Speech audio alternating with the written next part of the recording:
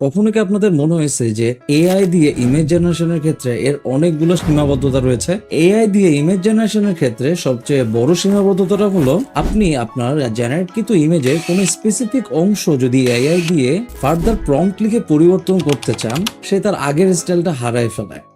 সে নতুনভাবে একটা image generate করে, হয়তো সেটা দেখতে অতটা খারাপ হয় না, বাট আপনার মন মতো হয় না। কিন্তু আপনি কি চান? আপনি নিশ্চয়ই চান আপনার ইমেজে শুধু এই স্পেসিফিক অংশটাই পরিবর্তন করতে। যেমন এই ক্যারেক্টারের হাসি মুখ আপনার ভালো লাগতেছে না, আপনি জাস্ট লিখলেন make him angry, make him sad or make him excited. শুধু বললেই হয়ে যাবে, সে নিজে নিজে সবকিছু পরিবর্তন করা শুরু করবে, কিন্তু তার কালার, স্টাইল, ব্যাকগ্রাউন্ড কোনো কিছুই পরিবর্তন হবে না। বা আবার যদি চান কুকুরের জায়গায় বিড়াল হোক, বা আপনি এই ক্যারেক্টারের চুল চাচ্ছেন অন্য কালার হোক, সেটা নীল করতে চান, বা আপনি চান তার গোফ না থাকুক, শুধু বললেই হয়ে যাবে। জি হ্যাঁ, আপনি এতক্ষণ যা যা দেখলেন সবকিছু করতে পারবেন আজকের ভিডিওটা দেখলে। আসসালামু আলাইকুম, আমি ইরফান ফ্রম এআই ডুও। চলুন শুরু করা যাক।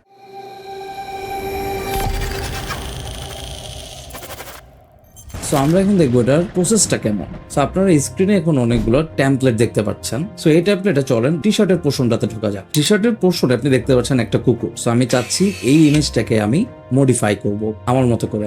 সো আমি কুকুরটাকে চাচ্ছি না, আমি কুকুরের জায়গায় আমার লাগবে একটা বেড়াল। সো আমি জাস্ট কুকুরটাতে ক্লিক করলাম, ক্লিক করে আমি প্রম্পটে লিখলাম change the dog to a cat. আমি চাচ্ছি টেক্সটটাও চেঞ্জ হোক। আমি এখানের মধ্যে টু ইয়োর ডগের জায়গায় আমার লাগবে টু ইয়োর ক্যাট। সো আমি লিখলাম change the text dog to a cat, then আমি এন্টার টিপ দিলাম। সো লুক, আপনারা দেখলেন সো কুকুরের জায়গায় চলে আসলো হচ্ছে একটা ক্যাট, এবং happiness is coming home to your cat ডগের জায়গায় হয়ে গেল ক্যাট। স্টাইল থেকে শুরু করে background, each and everything so good. So next আরেকটা দেখে আসি। সো আমরা অ্যাকচুয়ালি এলএলএম এ যেভাবে কাজ করে, আমরা যেমন চ্যাট জিপিটি বা হচ্ছে ক্লড, যে কোনো এলএলএম মডেলগুলোতে যেভাবে কাজ করি, এক্সপ্লেইন করে আপনি তার সাথে কনভারসেশন করতে পারবেন, ঠিক সেমনি এই টুলটা তো আপনি কনভারসেশন করে চেঞ্জ করতে পারবেন।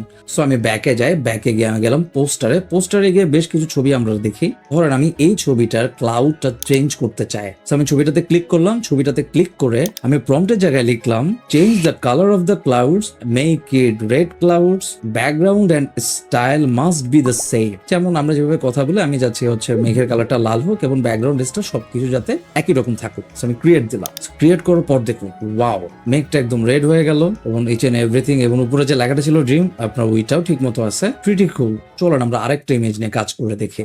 তো আমরা এখন এক্সপ্রেশন নিয়ে কাজ করব।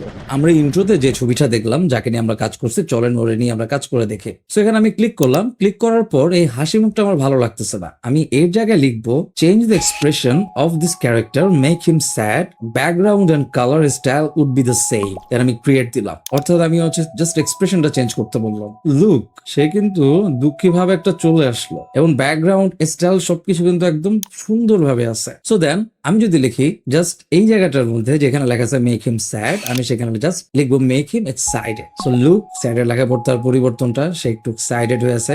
এখন এই পোর্শনটাকে যদি আমি আবার চেঞ্জ করি, যদি লিখি make him angry, so then সে এই স্টাইলের উপরই সে অ্যাকচুয়ালি একটা অ্যাংরি একটা লুকে চলে আসছে।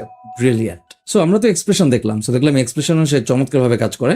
সো আমরা এখন দেখবো টেক্সট সে কিভাবে কাজ করে। এই ইমেজের যে লেখাটার যে স্টাইল, সেটা আমার খুব ভালো লাগছে, একটা 3D একটা মডেলের মতো, লাইক ক্যান্ডি ভাইব। সো এই ছবিটাতে আমি ক্লিক করে আমি এই টেক্সটটা চেঞ্জ করবো। সো আমি ছবিটাতে ক্লিক করলাম, ছবিটাতে ক্লিক করে আমি লিখলাম just change the text to AI duo, then আমি দিলাম create. Look, AI duo exact accurate ভাবে চলে আসলো। দেন আমি আরেকটা ছবি যদি দেখি, এই ছবিটা কমপ্লেক্স নিয়ে কাজ করি। সো কমপ্লেক্স যেতে গেলে আমি যদি ব্যাকে যাই, ব্যাকে গিয়ে এই ছবিটাতে যদি দেখি, এখানে আছে ফায়ার। সো আমি চাচ্ছি এই জায়গায় হবে ওয়াটার স্প্ল্যাশ। সো আমি জাস্ট লিখবো change the fire to water splash, and background and colour style would be the same. So look, সে জাস্ট আগুনের জায়গায় ওয়াটার স্প্ল্যাশ অ্যাড করে দিছে। সো আপনি বুঝতে পারতেছেন আপনার যে কোনো ইমেজ আপনি আপনার মতো করে মডিফাই করতে পারবেন আপনি যেভাবে চান। এটা ইনসেইন, সত্যি কথা বলতে। প্রত্যেক ইমেজ জেনারেশন মডেল এই জায়গাটার মধ্যে এখনো কাজ করতে পারতেছে না, যেটা এই টুলটা নিয়ে আসছে। সো টুলটার নাম আমি বলতেছি একটু পরে, আমরা আরো কিছু জিনিস দেখে আসি। আমরা এখন রিপ্লেস অপশন নিয়ে কথা বলবো। সো ধরেন আমি ব্যাটম্যানের এই ছবিটার জায়গায় আমি যাচ্ছি স্পাইডারম্যান। এখানে একটা অপশন দেখতেছেন, অপশনটা হচ্ছে রিপ্লেস। আমি রিপ্লেসে ক্লিক করলাম, জাস্ট রিপ্লেসে লিখলাম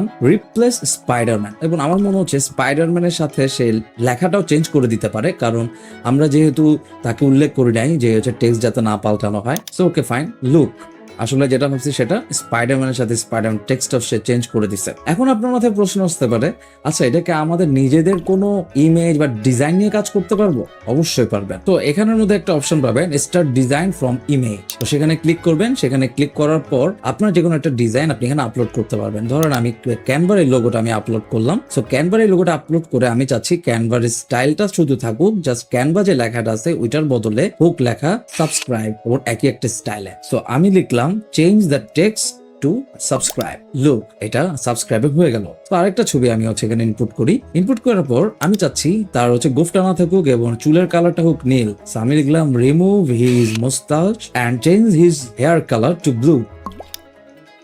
সো লুক, দেখেন সে গোফ চেঞ্জ করে দিল এবং তার চুলের কালারটাও চেঞ্জ এবং তার নিজের টেক্সটটা কিন্তু ঠিক আছে, ব্যাকগ্রাউন্ড সবকিছু পারফেক্ট। আপনি বুঝতেছেন এটা আপনি কিভাবে কন্ট্রোল করতে পারতেছেন জাস্ট একটা সিম্পল প্রম্পট দিয়ে। এখন আসি এই টুলটার নাম কি।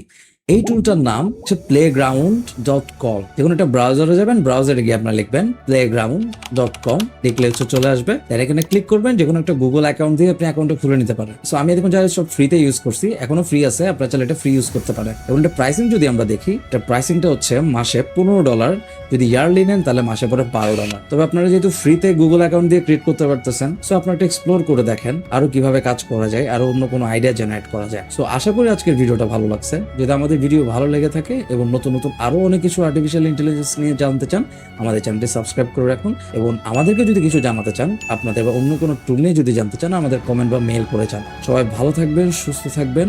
নেক্সট পর্বে দেখা হচ্ছে। ধন্যবাদ।